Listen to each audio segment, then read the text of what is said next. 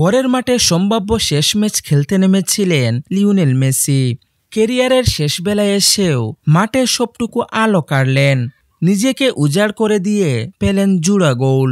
Messi ম্যাজিকের সঙ্গে জালের দেখা পেলেন সতীর্থ লাউতারো মার্টিনেজও, আর তাতেই ভেনেজুয়েলার বিপক্ষে বিশ্বকাপ বাছাইয়ের ম্যাচে বড় জয় পেয়েছে বিশ্ব চ্যাম্পিয়ন আর্জেন্টিনা।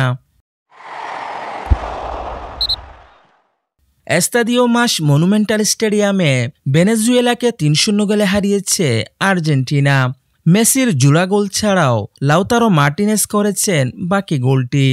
এদিন পুরো ম্যাচে আধিপত্য দেখানো আর্জেন্টিনা প্রথম হাফে ১টি গোল এবং দ্বিতীয় হাফে ২টি গোল করে। প্রথম গোলটি আসে মেসির পা থেকেই। এদিন ম্যাচের শুরুতে কিছুটা নিষ্প্রভ ছিলেন লিওনেল মেসি, তবে সময় যত গড়িয়েছে মেসি ততটাই স্বরূপে ফিরেছেন। ৩৯তম মিনিটে মনুমেন্টালে হাজির ৮০,০০০-এর মতো দর্শককে উল্লাসে মাতান এলএম10। হুলিয়ান আলভারেজের পাস থেকে বাম পায়ে প্রথমে বলটাকে নিজের আয়ত্তে আনেন মেসি, এরপর দারুণ এক চিপে বলটা জালে জড়ান। এরপর প্রথম হাফে আরও কিছু সুযোগ পেলেও গোল করতে পারেনি আলবিসেলেস্তেরা। ম্যাচের ৭৪তম মিনিটে আলভারেজের বদলি হিসেবে নামেন লাউতারো মার্টিনেজ। মাঠে নামার ৪ মিনিটের মধ্যেই গোল করেন ইন্টার মিলানের এই স্ট্রাইকার।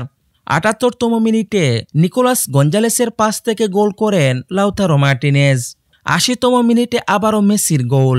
আলমাদার পাস থেকে গোল করেন আর্জেন্টিনার এই অধিনায়ক। তবে ঘরের মাঠে নিজের শেষ ম্যাচে হ্যাটট্রিক পেতে পারতেন লিওনেল মেসি। ৮৯তম মিনিটে আরেকটি গোল করেছিলেন তিনি, তবে ভিআরের সাহায্যে গোলটি বাতিল হয়ে যায়। শেষ পর্যন্ত ৩-০ গোলের জয় নিয়ে মাঠ ছাড়ে মেসিরা। অপরদিকে ২০ বছর আগে এই একই স্টেডিয়ামে আর্জেন্টিনার জাতীয় দলের জার্সি গায়ে অভিষেক হয়েছিল লিওনেল মেসির। দিনটা ছিল ২০০৫ সালের ৯ অক্টোবর। প্রায় ২ দশক পর এই একই মাঠে আন্তর্জাতিক ক্যারিয়ারের বিদায়ের শুরুটা করলেন লিওনেল মেসি।